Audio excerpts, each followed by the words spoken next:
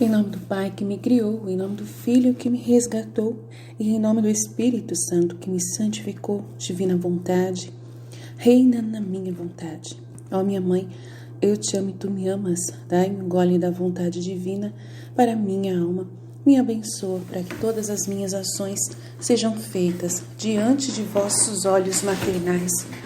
Em nome do Pai, do Filho e do Espírito Santo. Amém. Vinde, Espírito Santo, vinde por meio da poderosa intercessão do Imaculado Coração de Maria, vossa amadíssima esposa e nossa mãe. Amém. Vinde, Espírito Santo, vinde por meio da poderosa intercessão do Imaculado Coração de Maria, vossa amadíssima esposa e nossa mãe. Vinde, Espírito Santo, vinde por meio da poderosa intercessão do Imaculado Coração de Maria, vossa amadíssima esposa e nossa mãe. Amém. Evangelho de Jesus Cristo segundo São João, glória a vós, Senhor. João 3, de 23 a 36. Também João Batista batizava em Enom, perto de Salim, porque havia ali muita água, e muitos vinham e eram batizados.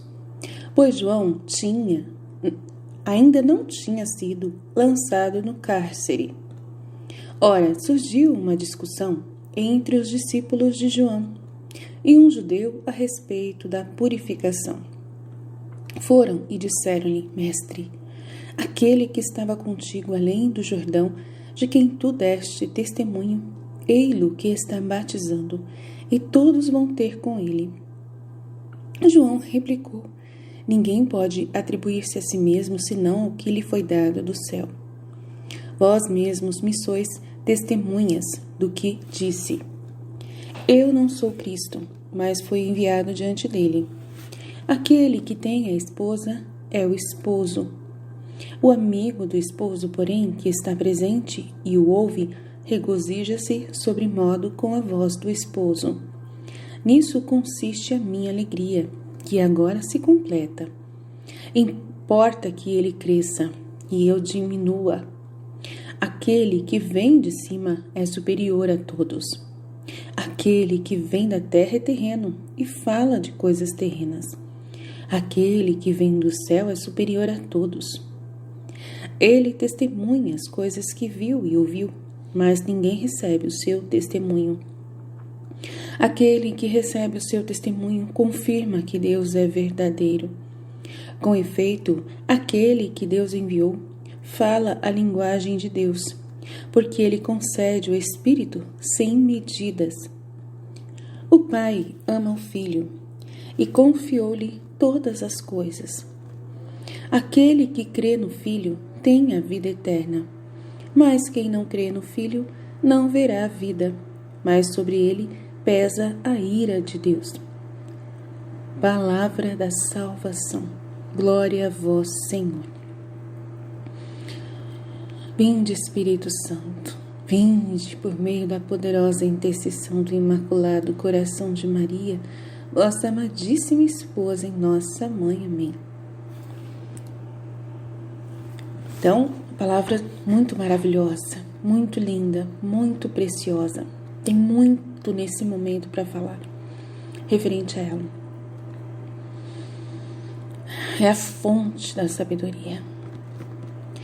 Vocês me ouvem falar muito do livro do céu, falar muito do livro de Santa Faustina, falar muito de tudo, de tantas coisas, mas a Bíblia, a palavra, o Evangelho, a Bíblia, a palavra de Deus, ela é a mais perfeita de todos os elementos, aquela que tem mais o Espírito Santo de todos, né? Não estou dizendo que o livro do céu não tenha, mas a palavra de Deus inspirada pelo Espírito Santo, dada a nós nesses milênios para nos acompanhar, é a palavra mais viva e eficaz que pode acontecer de trazer a alma ao encontro pleno com Deus. Então, quando vocês veem que eu não falo muito da Bíblia, é porque ela é tão perfeita e tão preciosa que ela precisa ser colocada em ênfase, colocar no centro. E eu deixo para os padres, eu deixo para as missas, eu deixo para as homilias. Mas, como é importante, né, que na divina vontade a gente também tem o contexto que a palavra de Deus vem trazer pra gente, né? Porque os padres, eles não, principalmente os brasileiros, não estão lendo o livro do céu, não estão falando claramente do cumprimento do Pai Nosso. E nós aqui estamos falando especialmente sobre isso. Então, a gente vai trazer essa realidade da palavra de Deus para o contexto da divina vontade. É muito importante a gente trazer, mas saibam, os mestres são os sacerdotes, tá? Eles, os diáconos, são aqueles a quem vocês devem ouvir mais, referente à palavra de Deus. Então, o meu canal não vem substituir a missa, não vem substituir nenhum sacerdote da Igreja Católica. Eles devem ser ouvidos, tá? Então, também João batizava em Enom, perto de Salim, porque ali havia muita água. Então, além do Jordão, ele também estava em Enom, e muitos vinham e eram batizados por ele, pois João ainda não tinha sido lançado no cárcere, não tinha sido preso ainda.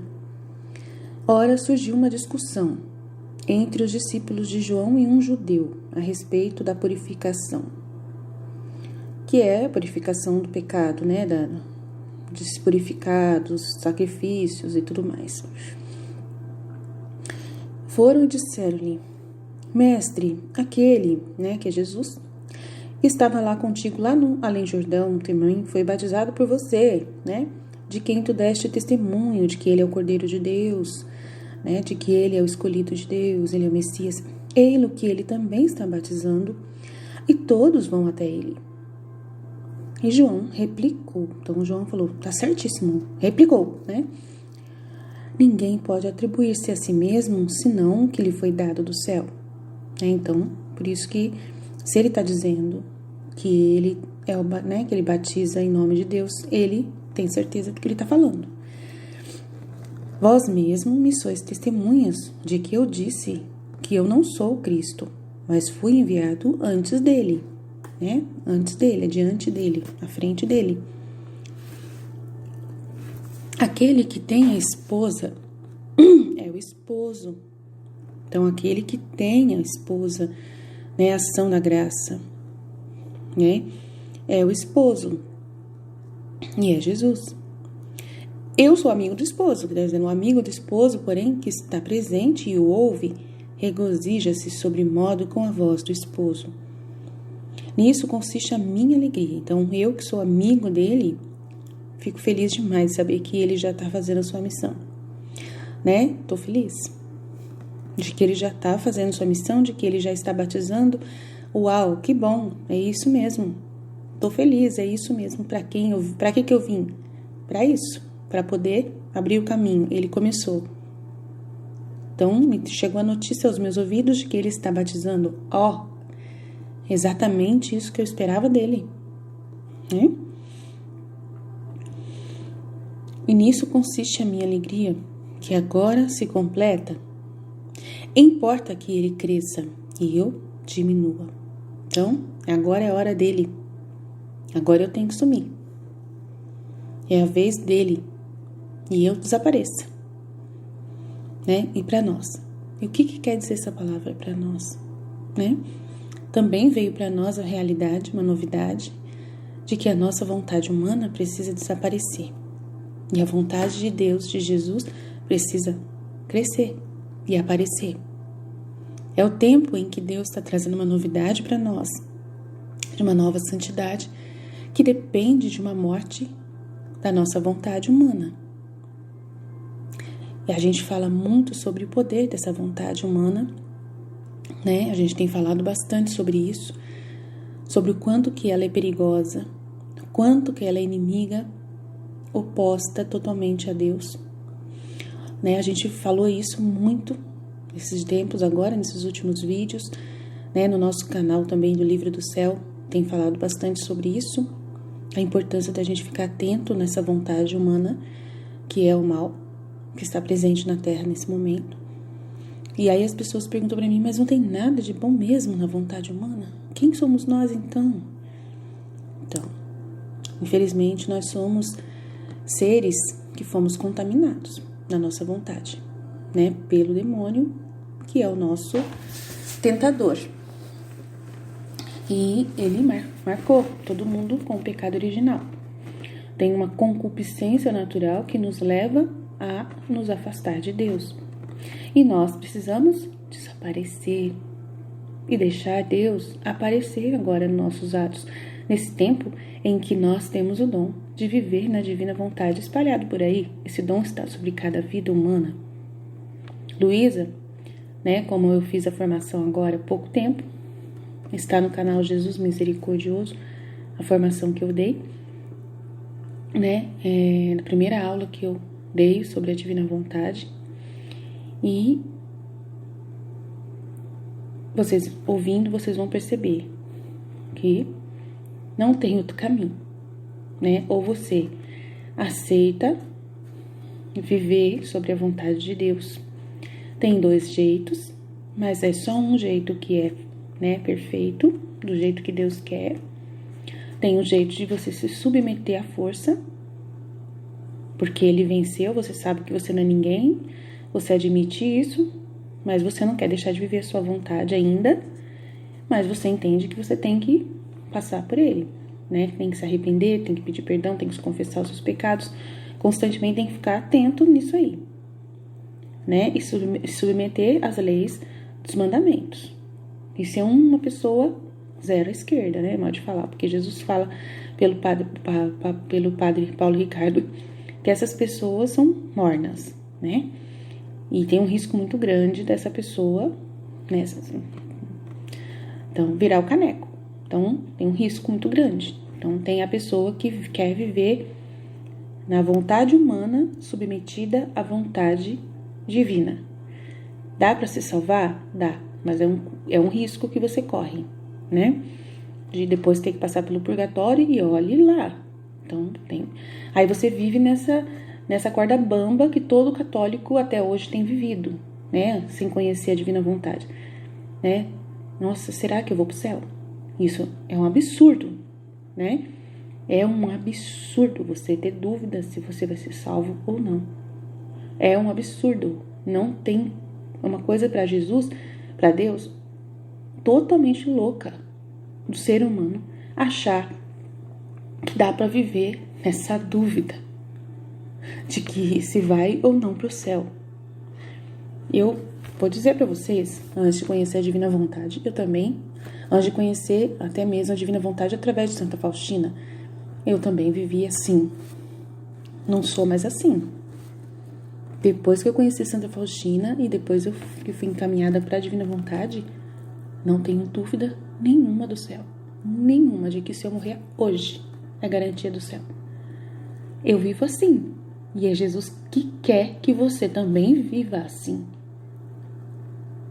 Totalmente confiante nele. Jesus, eu confio em vós plenamente. Então, se você é esse católico que ainda tem dúvida no seu coração se você vai ou não pro purgatório, né? Que assim, é triste o negócio, né? É triste o negócio.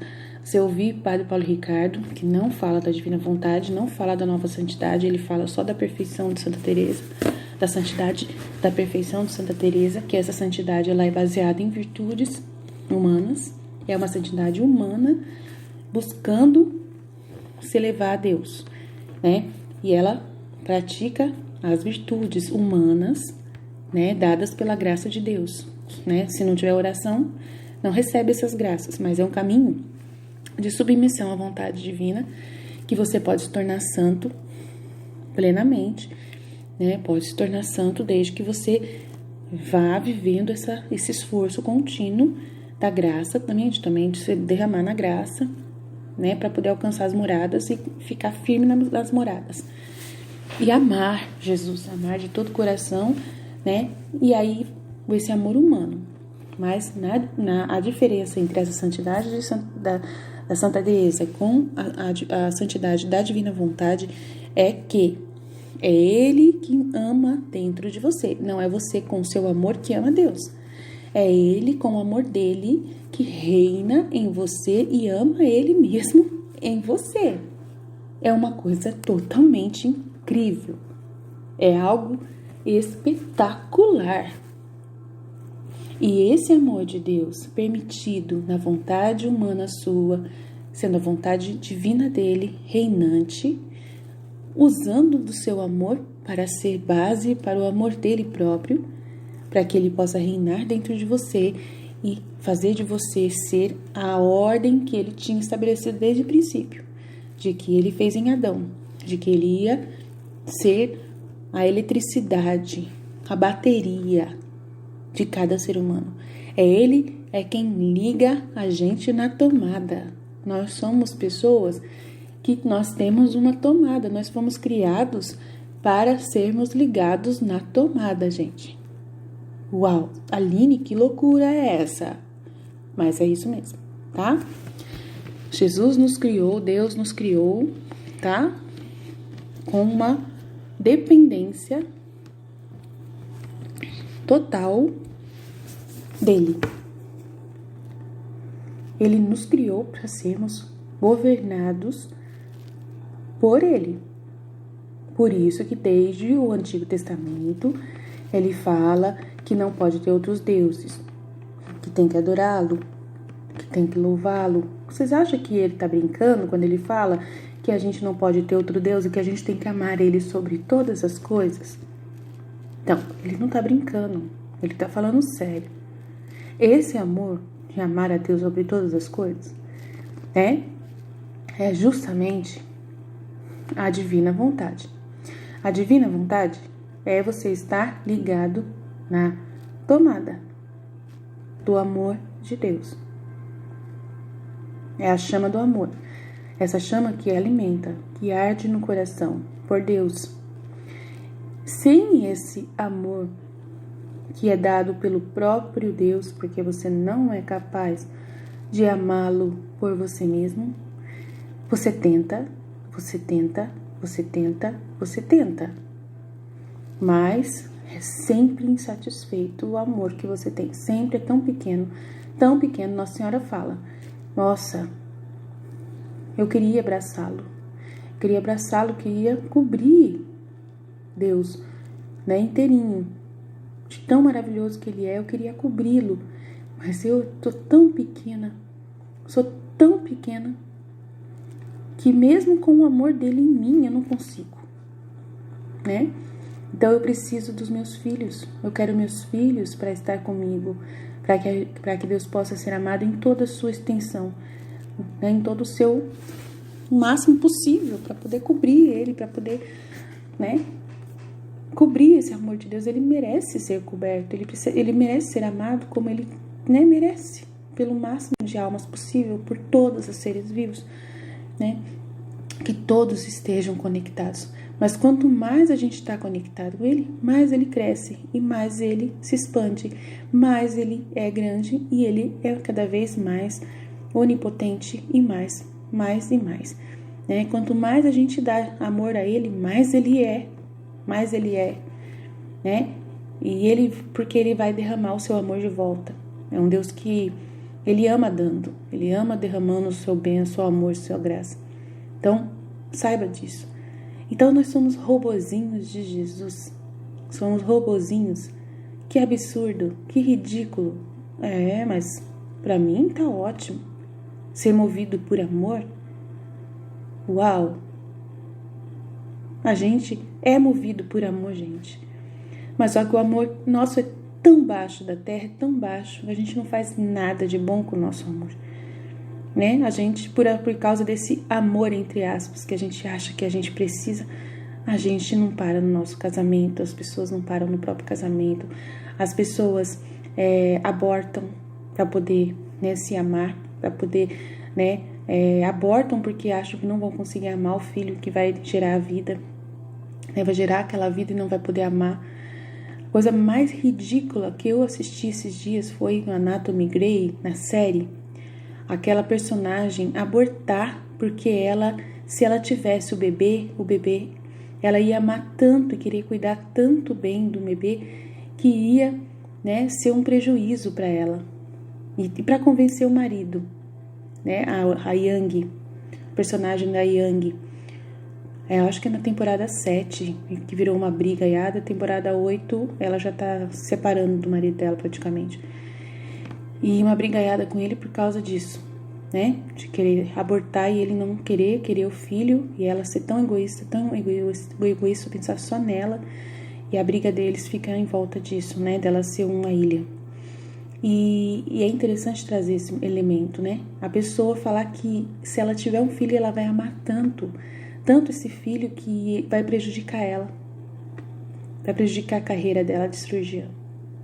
Então, assim, é uma coisa absurda, Eu não é que eu assisto porque eu quero, não, tá, gente? Eu assisto porque meu marido quer assistir e eu preciso estar com ele. E é bom que também eu espareça um pouquinho, né? Não tem nada de mal, né? E Deus aproveita e não perde tempo, né? Tudo que eu aprendo, tudo que eu vejo é alimento para trazer para meditação e reflexão, sempre. E aí você vê aquela situação, eu falo, meu Deus, que absurdo, gente. Que absurdo. A pessoa, né, preferir abortar por medo de amar uma criança, com medo de amar uma vida nova. Grávida já, né, e Deus já tinha dado a graça. Então, que horror. Abortar um filho. Que horror, que horror. Por puro egoísmo. Por puro egoísmo. Então, assim, o jeito da gente amar, né? E isso para ela é amor. Tirar a vida dessa criança, abortar essa criança era amor. Ela entende assim, que ela tá fazendo bem para essa criança. Então, gente, porque se ela tiver essa criança vai ser um problema. E a Mary de, né, Grave, amiga dela, convenceu o marido, falando que seria uma maldade muito grande o que ele ia fazer com a Young se ele insistisse que ela deveria ter o filho. Que seria uma maldade muito grande, que seria uma criança que iria crescer sem a mãe. Né? E que ela foi uma criança que cresceu sem a mãe e que isso não foi bom para ela. Então, assim, uau, é muito egoísmo em todos os lados, né? Aí, se você for ver pela ótica de filosofia humana hoje em dia, eles estão tudo certo. Tá tudo certo. Todo mundo vai concordar. Os mundanos da Terra vão concordar.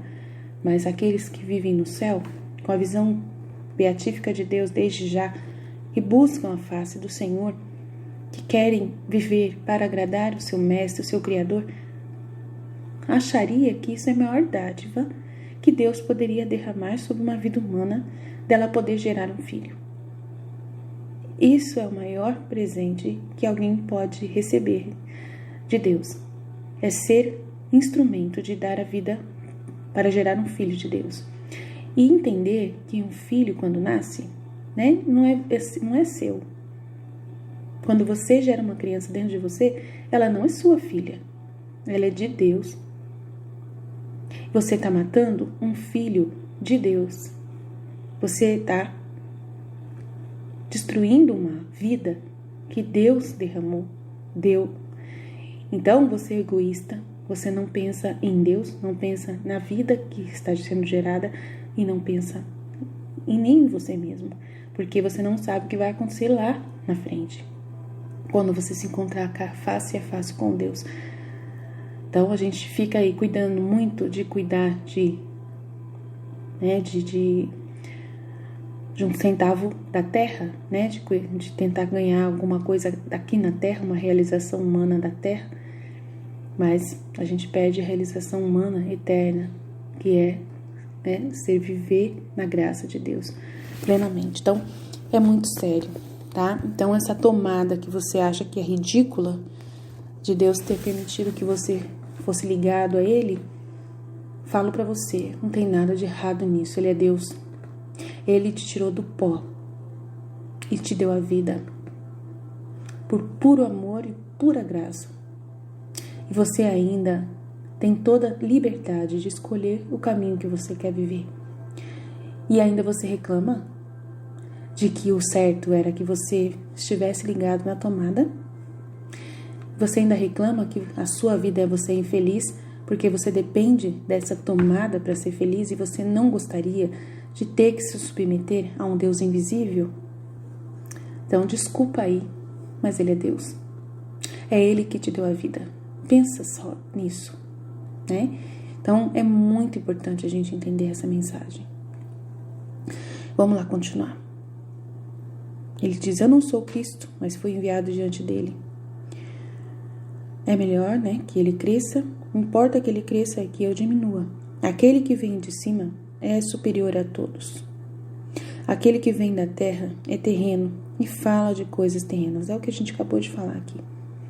Né? E ele está falando dele. Eu que sou da terra vou falar das coisas daqui da terra. Né? Ele que vem do céu vai falar algo superior. A mensagem oficial, né, que vocês têm que ouvir. Aquele que vem do céu superior a todos. É aquele que nos conecta com Deus. É aquele que vem dizer pra gente que tem um buraco na tomada pra gente colocar a nossa vida ligada. Né? Jesus é Ele que vem nos revelar o Pai. Ele é testemunha, Ele testemunha as coisas que viu e ouviu. Mas ninguém recebe o seu testemunho. Então Ele veio, trouxe o livro do céu, né? Trouxe pela ação do Espírito Santo muitos conteúdos de revelações particulares que não tem nada de errado a gente ouvir essas coisas que vêm do céu através dos profetas místicos que nós temos na nossa igreja. A palavra de Deus não vai ser prejudicada de forma alguma por causa da gente ouvir as revelações particulares dadas por Jesus às nossas místicas, dadas por Maria para as nossas videntes. Não vai nos prejudicar em absolutamente nada.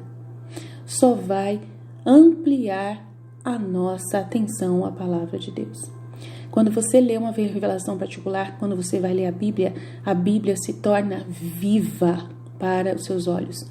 Você entende a palavra de Deus como nunca antes você entendeu. É chaves de leitura os que os místicos trazem para nós. As verdades do céu dadas às místicas, Santa Maria de Ágreda, Monja Maria Cecília Bage, né? A Elizabeth Kinderman, as videntes de Fátima, os pastorinhos, né? Lourdes, Garambandal, todas essas, né? Medjugorje, todas essas mensagens, tudo que nos é dado pelo Padre Gobi, tudo vem nos trazer elementos para a gente poder compreender o Apocalipse, que é o livro mais enigmático que existe, para a gente entender Daniel, que é um livro também super enigmático, que a gente precisa de chaves de leitura para a gente poder compreender. Sem isso a gente não consegue compreender. É Deus abrindo. Ele falou que Ele iria enviar o Espírito Santo, que o Espírito Santo nos convenceria de tudo, nos daria todo o entendimento, a sabedoria para compreender. É nada mais do que isso, tá? A história continua sendo vivida. Então é um absurdo falar que só a Bíblia é a história de Deus com a humanidade. É um absurdo, é como se acabasse, né, a vida humana, né, e a vida de Deus. Deus continua reinando, continua governando a terra, continua sendo o Criador, continua sendo a fonte da energia básica, da infinita sabedoria em que nós devemos estar ligados, e Ele continua vivo no meio de nós. E a gente achar que não tem que ter mais nada pra gente ler, né? Pra gente estudar. Opa, tem sim muito, né? E é o que vai definir a nova tradição da igreja, né? A igreja se renova constantemente. E sempre, né? Jesus, ele veio para renovar aquela época dos judeus. E eles não aceitaram. Agora a mesma coisa. Ele vem trazer uma novidade. E novamente os doutores da lei desse tempo, os fariseus desse tempo, continuam fechando-se para não aceitar uma nova compreensão. Então, é complexo, né? A revelação acabou em Apocalipse, ponto final. Por quê? Porque a igreja definiu que até quando morresse o último apóstolo que conviveu com Jesus, não teria mais revelação. Mas só que quem que deu essa compreensão? Está na palavra de Deus isso? Está escrito na Bíblia, olha, quando acabar o último apóstolo, acabou tudo, não tem mais nada. Não, Jesus deixou bem claro, né? Eu vos enviarei o Espírito Santo. Não posso vos falar nada. Não posso vos falar nada. Mas virá o Paráclito, o Consolador. Ele vos explicará tudo aquilo que ainda não entendeu.